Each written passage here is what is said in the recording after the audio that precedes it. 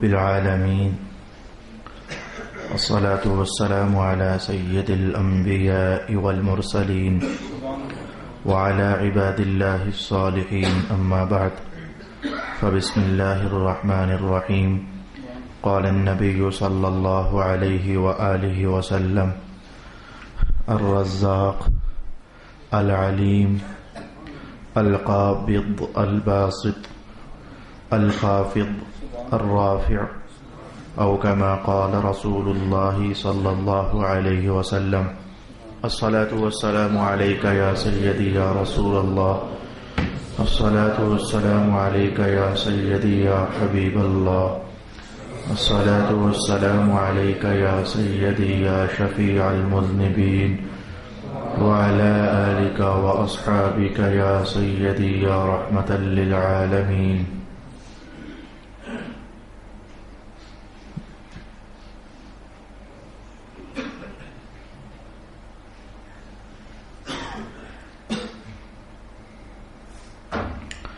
رسول پاک صلی اللہ علیہ وآلہ وسلم نے ارشاد فرمایا اللہ رب العالمین کا ایک اسم گرامی ہے الرزاق، اور فرمایا کہ اللہ کا ایک اسم گرامی ہے العلیم، اور فرمایا کہ اللہ کا ایک اسم گرامی ہے القابض، اور ایک اسم گرامی الباسط، اور ایک اسم گرامی الخافض، اور ایک اسم گرامی الرافع۔ آج کی نشست کے لیے میں نے 6 اسماء گرامی اللہ رب العالمین کے آپ کے لیے تلاوت کی ہے۔ آپ جانتے ہیں کہ یہ بحث جو چل رہی ہے سورہ طٰہٰ کے شروع کے حصص اور شروع کی آیات میں ایک آیت مبارکہ آئی تھی جس میں ارشاد کیا گیا تھا کہ اللہ تعالیٰ کے سارے نام مقدس ہیں اور بڑی شانوں والے ہیں۔ تو میں نے ارادہ کیا تھا اللہ کے حضور کہ اللہ تعالیٰ ہم سب کو سعادت اور توفیق عطا فرمائے۔ ایک بار ایسا ہو جائے کہ ہم اللہ تعالیٰ کے اسماء گرامی کا معنی ضرور سمجھیں اور ان اسماء گرامی میں جو معنوی اور روحانی لطافتیں ہیں ان لطافتوں تک رسائی کرنے کی کوشش کریں۔ اس سلسلے میں ہمارا سبق بڑھتے بڑھتے آج ہم جو پہلا اسم گرامی اس نشست میں سمجھیں گے وہ ہے الرزاق۔ الرزاق، رازق، رزق، یہ لفظ سنا ہوا ہے، رزق، رازق، واللہ خیر الرازقین، اللہ تعالیٰ بہت بہتر رزق عطا فرمانے والا ہے۔ رزاق، اچھا رازق بھی اللہ کا اسم گرامی ہے، رازق، خیر الرازقین، اور رزاق بھی اللہ رب العالمین کا اسم گرامی ہے۔ یہ اچانک یہاں بیٹھ کر مجھے رازق کا خیال بھی آ گیا، یہ تو خود اللہ تعالیٰ کے اسماء میں سے ایک اسم ہے رازق، اور پھر ذمہ داری میری بڑھ گئی کہ رازق میں اور رزاق میں فرق بھی کیا ہوگا۔ رازق کا معنی بھی رزق عطا فرمانے والا، اور پڑھنے لکھنے میں سننے میں یہی آتا ہے کہ رزاق کا معنی بھی رزق عطا فرمانے والا۔ یہ مشہور یا ترجمہ لکھنے، کرنے، سننے، پڑھنے، دکھنے میں یہ چیز آتی ہے، لیکن نہیں، ان میں فرق ہے۔ اہل علم جانتے ہیں کہ رازق اسم فاعل کا صیغہ ہے اور رزاق یہ اسم مبالغہ ہے، اور مبالغہ کا معنی ہوتا ہے کسی بھی شے کو زیادتی کے ساتھ بیان کرنا۔ تو فرق سن لیجئے، ترجمہ آپ نے سن لیا، رزق دینے والا اور رزق دینے والا، رازق رزق دینے والا، رزاق رزق دینے والا۔ لیکن جب میں نے کہا کہ الرزاق کا معنی ہے بہت زیادہ، جس میں مبالغہ ہو رزق دینے میں، تو پھر ان دونوں کے ترجمے میں ذرا فرق سن لیجئے۔ اللہ کا ایک اسم گرامی ہے رازق، اس کا معنی ہے رزق عطا فرمانے والا، اور ایک اسم گرامی ہے الرزاق، بہت زیادہ رزق عطا فرمانے والا۔ اب یہ بات سمجھنے کے لائق ہو گئی، پہلے بھی سمجھنے ہی کے لائق تھی۔ رزق عطا فرمانا اور بہت زیادہ رزق عطا فرمانا، اس میں فرق کیا ہوگا؟ ارے بھائی ہمارا رزق تو اتنا ہی ہے جتنا ہے، تو پھر بہت زیادہ رزق عطا کرنا، یہ بہت زیادہ، یہ زیادتی، یہ کس سینس میں ہم سمجھیں گے؟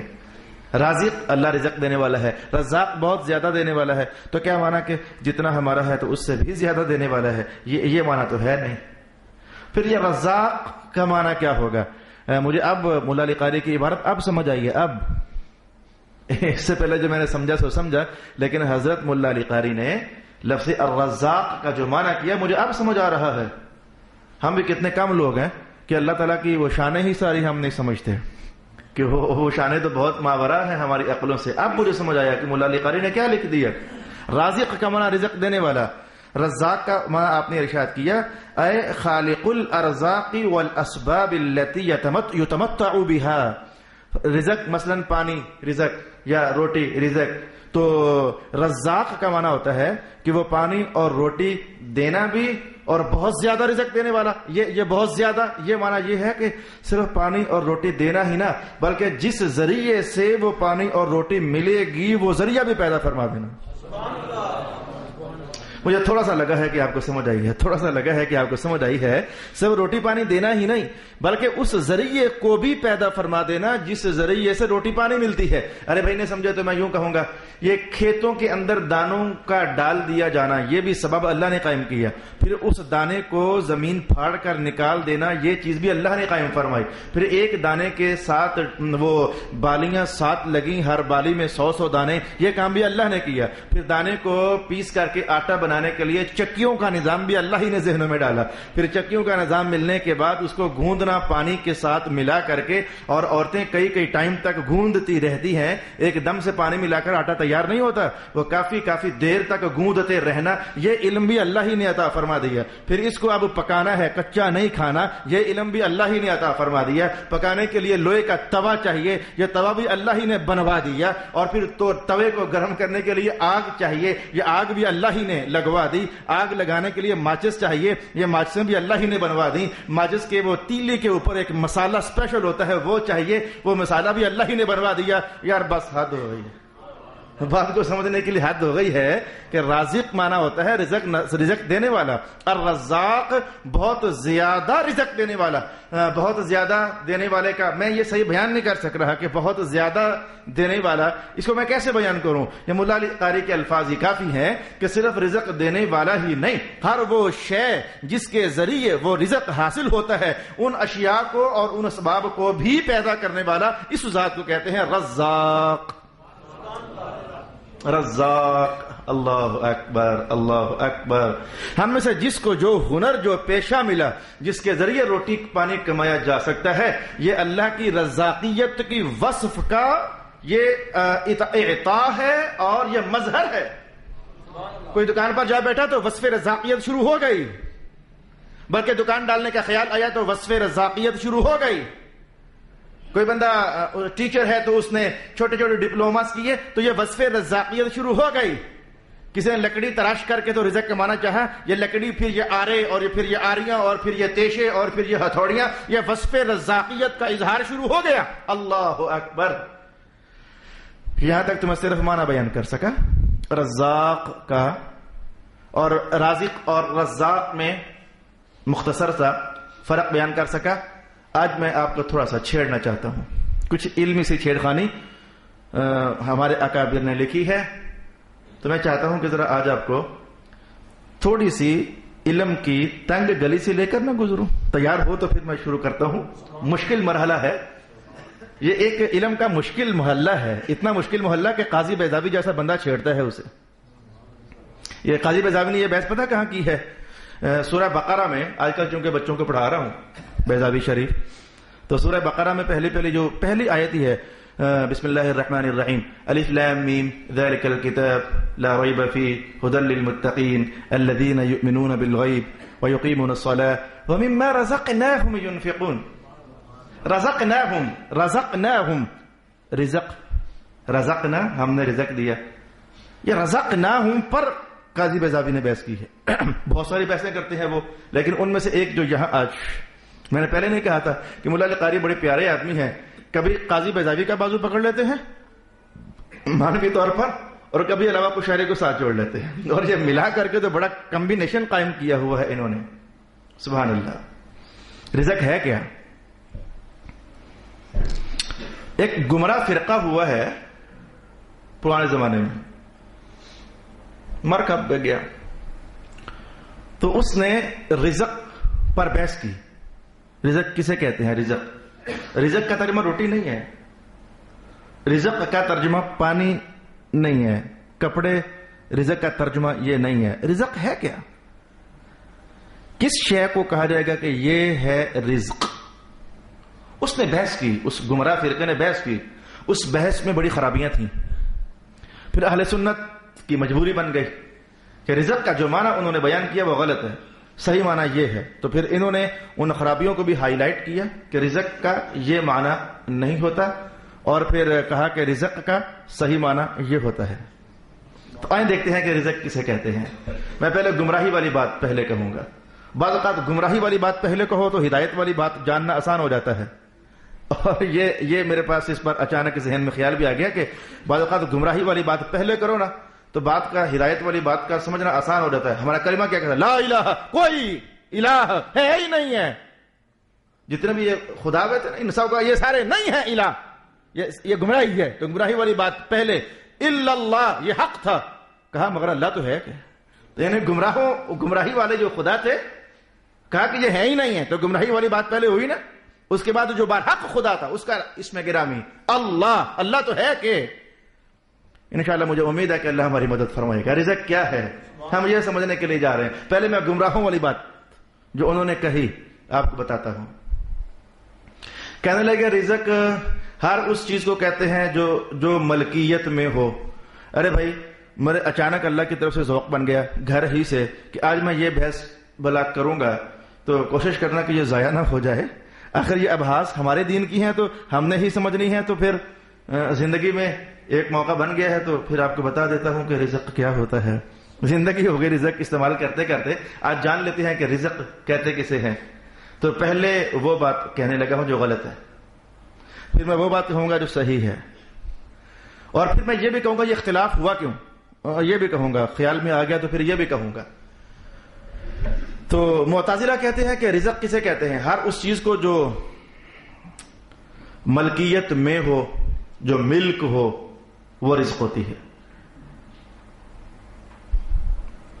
اہل سنت نے کہا نہیں یہ تو بڑی خرابی ہے، یہ تو بڑا غلط معنی تم نے بیان کر دیا کہ رزق اسے کہتے ہیں جو ملکیت میں ہو. جو ملکیت میں ہے وہ رزق ہے، جو ملکیت میں نہیں ہے وہ رزق نہیں ہے. یہ تو بڑی غلط بات کہہ دی تم لوگوں نے. یعنی معتزلہ کے بیان کا مطلب یہ ہوا کہ ممکن ہے کہ یہ جو بحث میں کر رہا ہوں سب لوگوں کے لیے لذیذ نہ ہو، لیکن جنہیں کوئی تھوڑی سی ٹھڑک ہے علم کی طلب ان کے لیے تو انشاءاللہ العزیز لذیذ ہے. تو معتزلہ گمراہ لوگ انہوں نے کہا کہ رزق جو شے بھی ملکیت میں ہوتی ہے وہ رزق ہوتی ہے، اور جو ملکیت میں نہیں ہوتی وہ رزق نہیں ہوتی. اہل سنت کہنے لگے نہیں یہ بات نہیں ہے. اگر ملکیت کا نام رزق ہے تو ہم سب اللہ کی ملک میں ہیں، لیکن اللہ کا ہم رزق نہیں ہے. اگر تم نے کہا کہ جو ملکیت ہوگی تو وہ مملوکہ چیز رزق ہوتی ہے، تو ہم سب للہ ما فی السماوات و ما فی الارض، جو کچھ بھی ہے سب اللہ کی مملوک ہے، تو ہم سب اللہ کی ملک میں ہیں، لیکن اللہ کے لیے رزق نہیں ہے. معتزلہ نے کیا کہا تھا؟ جو ملکیت ہوگی وہ رزق ہوگی، جو رزق ہوگا وہ ملکیت لازمی ہوگا. کچھ انہوں نے ایسا کہا. تو ایک تو ہم نے یہ خرابی پیش کر دی. ہم سب اللہ کے ملک میں ہیں لیکن اللہ کے لیے رزق نہیں ہے. اللہ رزق لینے سے استعمال کرنے سے پاک ہے. تو جو ملکیت ہوگا وہ رزق ہوگا، جو رزق ہوگا وہ ملکیت ہوگا. ہم کہتے ہیں کہ یہ جو رزق ہوگا وہ ملکیت ہوگا، یہ بھی خرابی ہے. جو ملکیت میں ہوگا وہ رزق ہوگا، اس میں بھی خرابی تھی. میں نے ابھی کہی ہم ملکیت میں تو ہیں لیکن ہم رزق نہیں. اور جو رزق ہوگا وہ ملکیت میں ہوگا، اس میں بھی خرابی ہے. اس میں خرابی یہ ہے کہ جتنے جانور استعمال کرتے ہیں چارے وارے، وہ رزق تو ہے ان کے لیے، پر وہ پٹھے وہ چارے ان بکریوں کی ملکیت میں نہیں ہوتے. باریک چیز ہے. جو ملکیت ہوگا وہ رزق ہوگا، جو رزق ہوگا ملکیت ہوگا. ہم نے کہا نہیں، ہم ملکیت میں ہیں لیکن اللہ کا رزق نہیں ہے. اور جانوروں کے لیے ان کے سارے چارے وارے رزق تو ہیں لیکن وہ چارے وارے ان کی ملکیت میں نہیں ہے. کوئی کھیت کسی بکرے کا آپ نے سنا ہو، کسی بھینس کا سنا ہو کھیت؟ نہیں. تو یہ تو ان کی غلط کہانی تھی. ہم نے اس پر اور بحثیں ہیں لیکن اتنا سا یہ غلط سا مانا تھا رزق کا. اہل سنت کہتے ہیں رزق کسے کہتے ہیں؟ هو المنتفع به، ہر وہ چیز جس سے نفع حاصل ہو وہ رزق، جس بھی چیز سے نفع حاصل ہو وہ رزق ہے۔ ہم سب سے اللہ کو کوئی نفع نہیں تو ہم رزق بھی نہیں۔ اچھا جی، ہم سب کو جس جس چیز سے نفع حاصل ہوتا ہے وہ رزق ہے۔ تو رزق کسے کہتے ہیں؟ جس سے نفع حاصل کیا جائے۔ وہ جو اعتراض ہم، اچھا تو جانوروں کو چارے سے نفع حاصل ہوا، تو ہم نے یہی کہا کہ جس شے سے بھی نفع حاصل ہوگا وہ رزق ہے۔ یہ کپڑے سے نفع حاصل ہوا، یہ رزق ہے۔ زبان سے بولنے والا نفع حاصل ہوا، یہ رزق ہے۔ آنکھ سے دیکھنے والا نفع حاصل ہوا، یہ رزق ہے۔ دل سے دھڑکنے والا، پمپنگ والا نفع حاصل ہوا، یہ رزق ہے۔ کانوں سے سننے والا نفع حاصل ہوا، یہ رزق ہے۔ روپیوں سے بہت سارے نفع حاصل ہوئے، وہ بھی رزق ہے۔ حتیٰ کہ ایک بندے نے دوسرے کی چوری کر کے روٹی تو کھا لی، وہ روٹی کھانے سے اسے نفع تو حاصل ہوا۔ چوری کی روٹی کھانے سے گناہ ہوا ہے، پر روٹی نے اپنا کام تو کر ہی دیا ہے نا۔ یہ چور لوگ، یہ میں اصل میں اس محلے میں داخل ہو گیا ہوں، آپ کو پتہ نہیں چلنے دیا کہ یہ جو اختلاف ہوا تھا معتزلہ کا، کہ وہ کہہ رہے تھے کہ رزق ملکیت شے کا نام ہوتا ہے، ہم کہتے تھے نہیں، رزق ہر وہ شے جو نفع دے اسے رزق کہتے ہیں۔ تو آخرکار جو نتیجہ نکلنا تھا نا، وہ میں وہاں ہولے سے داخل ہو گیا ہوں، میں ایک دو جملوں میں کہتا ہوں۔ رزق ہم اہل سنت کے نزدیک، مسلمانوں کے نزدیک جو شے بھی نفع دے وہ رزق ہے۔ میں نے حلال طریقے سے روٹی کمائی، نفع تو مجھے ملا، روٹی نے اپنا کام کر دیا۔ میں نے حرام طریقے سے روٹی کمائی تو روٹی نے اپنا کام کر دیا۔ میں نے حلال طریقے سے کپڑے خریدے، کپڑوں نے اپنا کام نفع والا کر دیا۔ میں نے حرام طریقے سے کپڑے چوری کر کے تو پہن لیے، تو کپڑوں نے جو نفع دینا تھا وہ تو دے دیا۔ تو اہل سنت کے نزدیک حرام بھی رزق ہوتا ہے، اہل سنت کے نزدیک حلال بھی رزق ہوتا ہے، کیونکہ حلال سے بھی حرام سے بھی دنیا میں تو نفع حاصل ہوتے ہی ہے نا۔ وہ تو آخرت کا ستیہ ناش کر بیٹھا نا بندہ، نفع تو حاصل ہوا ہے نا۔ معتزلہ کہتے ہیں کہ حلال تو رزق ہوتا ہے لیکن حرام جو ہے یہ رزق نہیں ہوتا۔ یہ ان کی اگلی خرابی تھی، اس پر پھر بحثیں چلتی ہیں کہ جو تم نے یہ کہا ہے نا کہ حرام رزق نہیں ہوتا، ہم کہتے ہیں کہ حرام رزق ہوتا ہے۔ اس کے بعد پھر اگلی بحثیں ہیں، ان کے پاس کیا دلائل ہے کہ جو حلال ہے وہ رزق ہے، جو حرام ہے وہ رزق نہیں۔ ہم نے کہا کہ جو حلال ہے وہ بھی رزق ہی ہے اور جو حرام ہے وہ بھی رزق ہی ہے۔ یہ پھر وہ اگلی بات میں آپ سے نہیں کہتا۔ آج میں نے آپ کو رزاق پر صرف اتنی بات بتائی کہ رزاق رزق سے بنا، اور رزق ہم مسلمانوں کے نزدیک کس شے کو کہا جاتا ہے؟ ہر وہ چیز جس سے نفع حاصل ہو اس چیز کو عربی زبان میں رزق کہا جاتا ہے۔ اب آپ کو وہ آیت سمجھ آ جائے گی جو سورہ بقرہ میں نے آپ کے لیے تلاوت کی۔ مولا کائنات نے کہا مما رزقناہم ينفقون، میرے بندے متقی بندے وہ ہیں کہ ہم نے جو بھی ان کو بصورت رزق دیا ہے وہ اسی میں سے ہمارے نام پر خرچ کرتے ہیں۔ نظر والا رزق ہمارے نام پر لگاتے ہیں، زبان والا رزق ہمارے نام پر خرچ کرتے ہیں، کانوں والا رزق ہمارے نام پر خرچ کرتے ہیں، روپیوں والا رزق ہمارے نام پر خرچ کرتے ہیں، جوانیوں والا رزق ہمارے نام پر خرچ کرتے ہیں۔ یعنی یہ جو کچھ بھی اللہ نے دیا وہ خرچ کرتے ہیں اللہ کے راستے میں، وہ ہوتے ہیں متقی لوگ۔ صلی اللہ علی حبیبہ محمد وآلہ واصحابہ اجمعین۔ رزق پر اللہ رزاق ہے۔ رزق پر دوسری بحث یہ ہوگی کہ رزق دو طرح کا ہوتا ہے، ایک رزق ہوتا ہے جسموں کے لیے اور ایک رزق ہوتا ہے روحوں کے لیے۔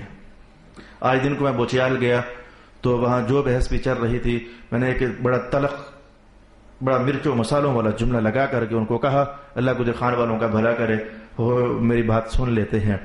وہ ماجرا یہ ہوتا ہے کیونکہ وہ بات میری ہوتی نہیں ہے، میں کوشش کرتا ہوں کہ جو کچھ اللہ پاک ارشاد فرمائے، جو کچھ رسول اللہ پاک ارشاد فرمائے تو میں وہی کچھ لوگوں سے کہہ دوں۔ اور میرے پاس ہے بھی کیا کہنے کے لیے، نہ میں محقق، نہ میں مدقق، نہ میں مفسر، نہ میں دانشور، کچھ بھی نہیں، تو سن لیتے ہیں کڑوی کڑوی۔ میں نے اس موقع پر لوگوں سے کہا لوگوں تم کمائی صرف روپیے کو سمجھتے ہو، تمہیں شرم نہیں آتی؟ ماحول کچھ بنا ہوا تھا گفتگو کا، قرآن پاک کا ایک آیت ایسی تھی جس میں جلال ہی جلال تھا۔ میں کہا تمہیں شرم نہیں آتی ہے کہ تم صرف روٹی کو کمائی سمجھتے ہو، کپڑے کو کمائی سمجھتے ہو، روپیے کو کمائی سمجھتے ہو؟ یہ اللہ کی خوشنودی اور رضامندی کیا یہ کمائی نہیں ہے تمہارے نزدیک؟ قبر بچ جائے عذابوں سے کیا یہ کمائی نہیں ہے تمہارے نزدیک؟ جنت میسر ہو جائے تو کیا یہ کمائی نہیں ہے تمہارے نزدیک؟ جس بڑے مقصد کی خاطر حسین پاک نے کنبہ قربان کروا دیا، کیا وہ کمائی نہیں ہے تمہارے نزدیک؟ پاگل ہو گئے ہو تم، صرف روپیے کو کمائی سمجھتے ہو۔ یہ جو روحانی نعمتیں ہیں یہ بھی کمائی ہے۔ تو وہی بات میں کہہ رہا ہوں کہ رزق دو طرح کا ہے، جسمانی رزق اور روحانی رزق۔ رسول اللہ علیہ السلام کی وہ جو حدیث شریف ہے، جو رمضان آتا ہے تو سنتے ہو کہ رمضان میں اللہ رزق بڑھا دیتا ہے۔ وہ رزق جسمانی بھی ہوتا ہے، روحانی بھی ہوتا ہے۔ آپ نے دونوں رزق بڑھتے دیکھے ہوں گے۔ جسمانی رزق ہر شام تمہارے دسترخوان پر 25 نعمتیں پڑی ہوتی ہیں، یہ جسمانی رزق تھا۔ حضور نے کوئی ایک رزق تھوڑا کہا کہ اللہ یہ بڑھاتا ہے، یہ نہیں کہا، جو رزق ہوتا ہے اللہ بڑھا دیتا ہے، وہ جسمانی بھی تھا روحانی بھی تھا۔ تو رمضان میں نعمتیں جسمانی طور پر آپ کھاتے زیادہ ہو، بڑھ گیا نا، تو رمضان ہی میں وہ جو روحانی رزق ہوتا ہے اللہ وہ بھی بڑھا دیتا ہے۔ جو سال مسجد میں نہیں آتے تو وہ بھی صافے رکھ کر ہاتھ باندھے کھڑے نظر آتے ہیں۔ ویسے فجر کو آپ شاید تہجد کے لیے کبھی نہ اٹھتے ہو، لیکن رمضان میں روحانی رزق بڑا ہوتا ہے، ہر شب تہجد کے وقت اٹھے ہوئے ہوتے ہو۔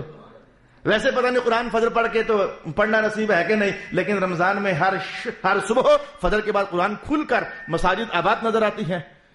پتہ نہیں 2 وقت نفل زیادہ پڑھنے نصیب ہے کہ نہیں، لیکن رمضان میں 20 رکعتیں زیادہ پڑھ لیتے ہو، 5 ختمے قرآن کر لیتے ہو۔ سمجھ آئی ہے کہ رزق جسمانی بھی ہوتا ہے اور رزق روحانی بھی ہوتا ہے۔ اس لیے قشیری کہتے ہیں کہ ایک بار ایک صاحب نظر سے پوچھا گیا،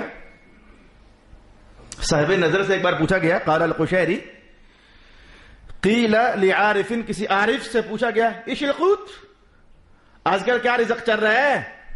قوت رزق، روٹی پانی رزق، آج کل کیا رزق چل رہا ہے؟ ايش القوت، فقال ذکر الحی الذی لا يموت، اس نے کہا آج کل ہمارا گزارا اس رزق پر چل رہا ہے، اس رب کو یاد کرتے ہیں جو زندہ ہے کبھی نہیں مرتا، اس کو یاد، ذکر الحی الذی لا يموت، اسی کی یاد میں ہمارا گزارا چلتا ہے، جو حی ہے لا یموت ہے، کبھی اس پر موت طاری نہیں ہوتی۔ میں نے کہا اہل نظر روحانی رزق کے زیادہ دل دادا ہوتے ہیں، ہم اہل دنیا جسمانی رزق کے زیادہ دل دادا ہوتے ہیں۔ لیکن آپ کم از کم قرآن پاک کی مجلس میں آنے والے ہو، تمہیں واسطہ ہے اللہ رب العالمین کا، صرف روٹیوں پانیوں کو رزق نہ سمجھا کرو، صرف جسم ہی کے لیے کمائیاں نہ کیا کرو، کچھ وقت اپنا آخرت کے لیے بھی لگاؤ۔ وہ آخرت کی کمائیاں ہیں، وہ آخرت کا رزق ہے، وہ قبر کا رزق ہے، وہ میدان حشر کا ذکر ہے، رزق ہے، اور وہ تمہاری روحوں کا رزق ہے۔ اپنے بھوکے جسم کے لیے تم نے 18 گھنٹے بھی محنت کی ہے، لیکن اپنی چیخیں مارتی ہوئی روح کے لیے کبھی کچھ کیا؟ وہ بھی اندر تڑپ رہی ہے، آوازیں مار رہی ہے، او خدا کے بندو کچھ میرے لیے بھی تو کمائی کر لو۔ سانس بند ہوا تو جسم کا جہان ختم ہوا، قبر میں پہنچے تو روح کا جہان شروع ہو گیا، مجھے کچھ وہاں چاہیے، کچھ وہاں کی تیاری بھی تو کر لو۔ آواز تھی میں نے کہہ دی، علم کا ایک لیسن گزر گیا میں نے کہہ دیا، خوش بخت ہے وہ انسان۔ میں کہوں گا قرآن حکیم نے بھی یہ کہا، میں اس کا اشارہ آپ کے سامنے لاؤں۔ دونوں طرح کے رزق کمانے چاہیے، لینے چاہیے، یہ اشارہ قرآن حکیم نے بھی کہا۔ کہا بسم اللہ الرحمن الرحیم، ربنا آتنا فی الدنیا حسنہ وفی الآخرۃ حسنہ۔ مولا ہماری دنیا بھی اچھی کر دے تو آخرت بھی اچھی کر دے۔ آخرت اچھی تب ہوتی ہے جب روح کو رزق ملتا رہا ہو تو، جب روح کو رزق ملتا رہا ہو تو۔ میں نے ایسے اکابر کا کلام بھی پایا کہ وہ کہنے لگے کہ ہم پر ایسا وقت بھی گزرا، 6 مہینے گزر گئے اور ہمیں خیال تک نہ آتا کہ روٹی بھی کھائی جانے والی چیز ہے۔ وجہ کیا تھی؟ وہ روح کے رزق پر۔ میرے حضور کی تو کیا شان ہے، میرے حضور کی تو کیا شان ہے، کدھر سے حدیث پاک گونج گئی میرے ذہن میں۔ ایک موقع پر رسول اللہ علیہ السلام نے فرمایا، یہ تب فرمایا تھا، تب حضور کے خدام خاص تھے، حضرت انس خادم خاص تھے، سیدہ عائشہ محبوب زوجہ بھی تھی، خادمہ خاصہ بھی تھی۔ تو ایک صحابی آج لوٹا اٹھایا ہوا ہے تو سرکار کے پیچھے۔ میرے حضور کی شان اور عادت کریمہ یہ تھی، آبادیوں سے بہت دور چلے جاتے، جب کچھ وہ انسانی مرحلہ نبھانا ہوتا جو انسانوں کو درپیش ہوتا ہے تو آبادیوں سے دور چلے جاتے۔ تو جو صحابی لوٹا اٹھا کر ساتھ جاتے، کہنے لگے میں نے کئی بار حضور کی فراغت کے بعد دیکھنا چاہا کہ کیا تھا، تو مجھے وہاں خوشبو کے سوا کچھ محسوس ہی نہ ہوا، کچھ پڑا ملا ہی نہ۔ جیسے ہم جاتے ہیں تو ہم تو نجاست جسموں سے نکالتے ہیں، لیکن مجھے کچھ بھی نہ. ایک دن میرے حضور نے بھانپ لیا کہ یہ دیکھنے کیا جاتا ہے. مجھے کہنے لگے تمہیں پتہ ہے کہ میں محمد کی تخلیق اللہ نے کس طرز پر کی ہے؟ سنا کہ اللہ پاک نے مجھے اہل جنت کی طرز پر بنایا، اور اہل جنت کی طرز یہ ہے کہ وہ کھائیں گے ضرور، پیئیں گے ضرور. آپ بھی حضور کے قدموں کے طفیل جب جنت میں جاؤ گے آپ کھاؤ گے ضرور، پیو گے ضرور، لیکن جو بھی کھاؤ گے جو بھی پیو گے نجاست بن کر نکلے گا نہیں. حضور ہوگا کیا؟ میں خوشبودار سا پسینہ آئے گا اور فضا میں حائل ہو جائے گا. تو مجھے اللہ نے اہل جنت کی طرز پر بنایا، اور اہل جنت میں جو بھی کھائیں گے، بھوک لگے گی اس لیے کھائیں گے؟ جی نہیں. پیاس لگے گی اس لیے پیئیں گے؟ جی نہیں. میرے حضور نے کہا جنت میں جو کچھ بھی کھانا ہے وجہ بھوک اور پیاس نہیں ہوگی، وجہ لذت ہوگی. کیوں بھوک کی وجہ سے جنت میں نہیں کھائیں گے؟ بغیر بھوک کے کھائیں گے. کیوں؟ بھوک لگنا بھی ایک تکلیف ہے، آپ کو پتہ ہونا چاہیے. جب بھوک لگی ہوتی ہے تو وہ رنگ برنگے جملے لوگ بولتے ہیں، پیٹ میں چوہے کود رہے ہیں، حالانکہ نہیں کود رہے ہوتے، لیکن اس تکلیف کا اظہار. پیاس لگ جائے تو ایک تکلیف ہوتی ہے، اس کا اظہار ہوتا ہے. یار میرا حلق خشک ہو گیا، کانٹا ہو گیا. کانٹا شانٹا کوئی نہیں ہوتا، تکلیف کا احساس بیان ہوتا ہے. تو رب کائنات نے کہا جو جنت ہے یہ دار التکلیف نہیں، دار السلام ہے. اس لیے جنت میں بھوک بھی نہیں اور پیاس بھی نہیں. میں بھلا کدھر جا رہا ہوں؟ آپ کو پتہ ہی نہیں میں کدھر جا رہا ہوں. توجہ کرو ذرا، اپنے ایمان کو ذرا بیدار کرو. میں جملہ بول کر آگے بڑھ جانے والا ہوں. حضور جنت والوں کی طرز پر پیدا ہوئے. جنت والے بھوک محسوس نہیں کرتے، جنت والے پیاس کی تکلیف محسوس نہیں کرتے. یہی تو وجہ ہے. خدیجۃ الکبریٰ فرماتی ہے جب حضور غار حرا میں جاتے تو میں ستو لپیٹ کر دیا کرتی، پانی دیا کرتی. جب حضور واپس آتے تو ستو ویسے ہی پڑے ہوتے، پانی ویسے ہی پڑا ہوتا. 10 دن گزر چکے ہوتے. حضور آپ نے کھایا نہیں. کہا بھوک لگی ہی نہیں، ہم تو جنت والوں کی طرز پر ہیں. ہم تو جنت والوں کی طرز پر ہیں، بھوک لگی ہی نہیں، پیاس لگی ہی نہیں. اب آپ کو وہ حدیث بھی سمجھ آ گئی. یہ رزق آج فائدے مند ہو گیا، رزق کی بحث فائدے مند ہو گئی. آج آپ کو وہ حدیث سمجھ آئے گی جب میرے حضور نے روزہ رکھا، نہ سحری کی نہ افطاری کی. اگلے دن پھر روزہ شروع ہو گیا، نہ پھر سحری نہ پھر افطاری. اگلے دن پھر روزہ شروع ہو گیا، نہ پھر سحری نہ افطاری. مسلسل نہ سحری نہ افطاری، نہ کھایا نہ پیا، روزے پر روزہ. صحابہ نے کہا چلو ہم بھی کرتے ہیں حضور کی تابعداری میں. 2 دن گزرے تو چہرے کمزور ہو گئے. حضور نے پوچھا کیا ہوا؟ کہا حضور جو آپ نے کرنا چاہا ہم نے بھی ویسا کرنا چاہا. تب حضور نے یہ جملہ بولا، تم میں سے میری طرح ہے کون؟ ایکم مثلی، تم میں سے میری طرح ہے کون؟ حضور آپ کیسے ہیں؟ ہم تو اہل جنت کی طرز پر ہیں، ہمیں نہ بھوک لگے نہ پیاس لگے. حضور پھر کھاتے کیوں ہو؟ یہ بھی ایک سوال ہے. میرے حضور جب آپ کو نہ بھوک لگتی ہے نہ پیاس لگتی ہے تو پھر کھاتے کیوں ہو؟